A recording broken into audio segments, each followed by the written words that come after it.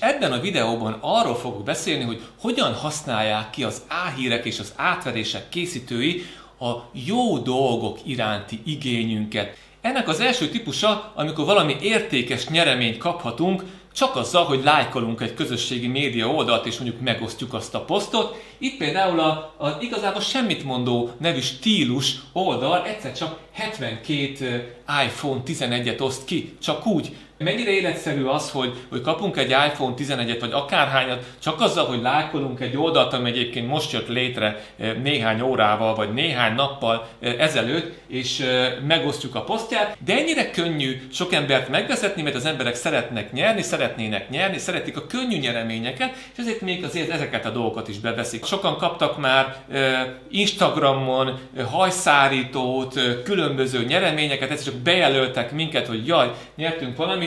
Ez tipikusan az a kategória, túl szép, hogy igaz legyen kategóriába tartozik. Én még senkit nem ismerek, aki Instagramon átvette volna ezt a nyereményt.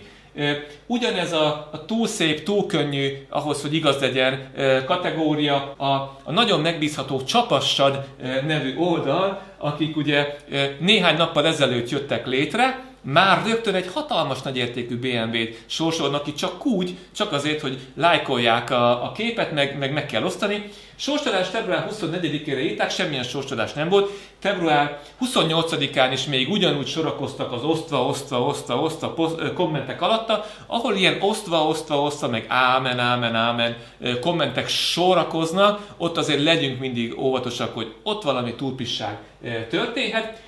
A helyesírás hibák azok mindig visszatérő jelei az átveréseknek, itt például kisorsoljuk ezt a gyönyörű BMW E-t. Ez így azért valami nem stimmel. Tehát nem valószerű, de az emberek ugye szeretnek nyerni, és úgy gondolják, hogy mi van, ha igaz. Hát ez általában 99%-ban sajnos nem szokott igaz lenni. Egy nagyon érdekes kategória, egy létező megbízható mainstream médium, az Index, dizájnját másolták le ezek a csalók, és itt ugye arról volt, hogy 1 euróért egy Apple iPhone-hoz hozzá lehet jutni. Mi az, amit lebuktatja azon túl, hogy ez nem életszerű, túl szép az, hogy igaz legyen, hogy ez nem az index.hu oldalról származik, hanem erről az upgradeflow.com oldalról. Tehát mindig meg kell nézni a megosztó hír forrását, de betűről betűre, mert itt például ez rögtön lebuktatja a csalást. Ugyanez mondható el a fantasztikus befektetésekről, itt például Csányi Sándor szuper fantasztikus befektetést ígér, ez is a túl szép az, hogy igaz legyen kategória, semmi nem igaz belőle. Amikor azt látjuk, hogy egy ismerősünk hirtelen befektetési tanácsadóvá válik csak úgy a semmiből, akkor legyünk nagyon-nagyon óvatosak. Amikor azt látjuk, hogy még jó sok ember bejelöl a posztba, akkor szintén gyanakodjunk, hogy az vírus.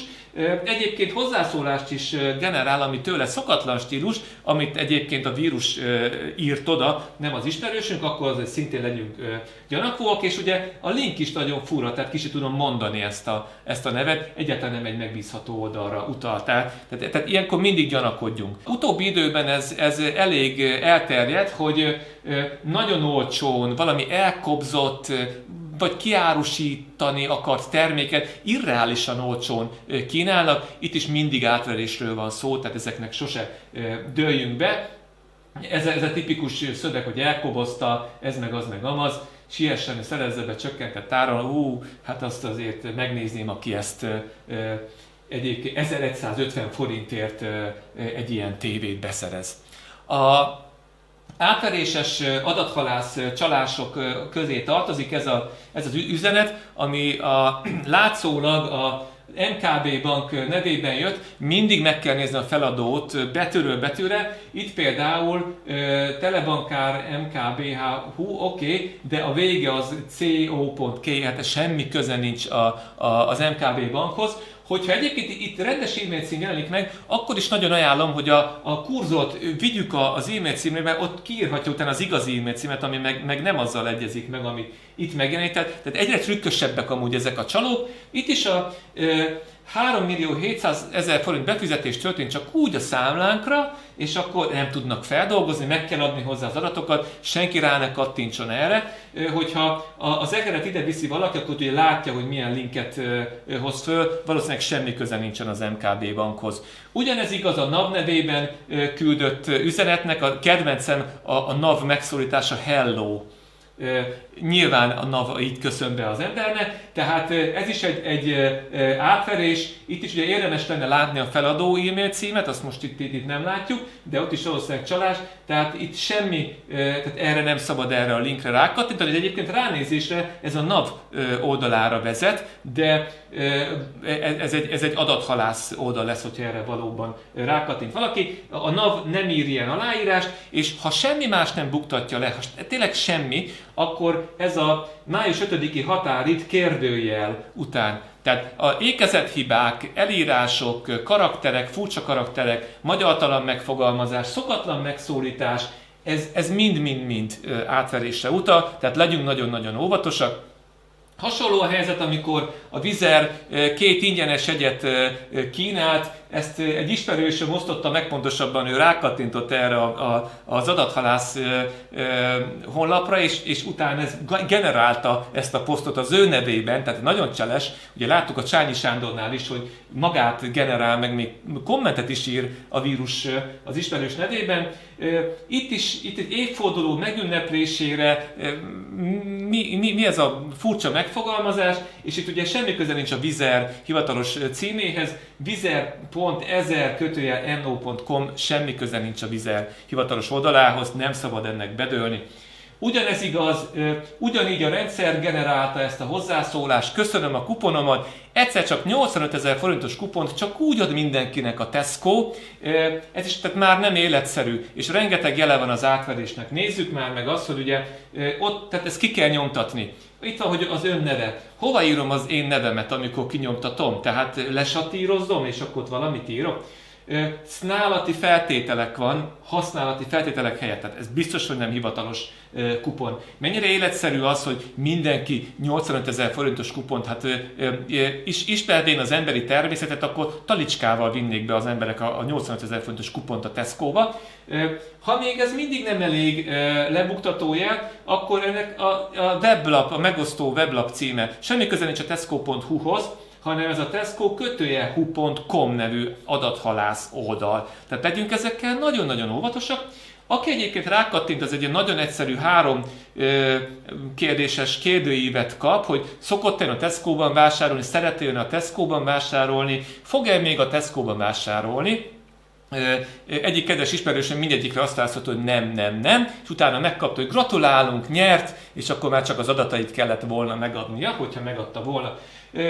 A megfogalmazás és a helyesírás hibák, a Tesco Magyarország ingyenes 85 000 fötős kupon ad. Ilyet biztos, hogy nem ír a Tesco, akkor kiírja, hogy forintos kupont, tehát T betű is hiányzik, tehát sok sebből vérzik ez a poszt, és egyébként amikor ezt közzétették, akkor nem volt 30 éves a Tesco, de ez már csak hab volt a tortán. Tehát aki ezeket figyelte, és mégis sokan rákattintottak és köszönték a kuponjukat, pontosabban hát a vírus kémprogram köszönte helyette a kuponukat. Tehát nagyon-nagyon óvatosnak kell ezekkel lenni, bármennyire is szeretnénk jó dolgokat megszerezni, bármennyire is csábító az a nyeremény, legyünk nagyon óvatosak, figyeljük ezeket a jeleket, mert az ördög mindig a részletekben rejlik, és sose alszik.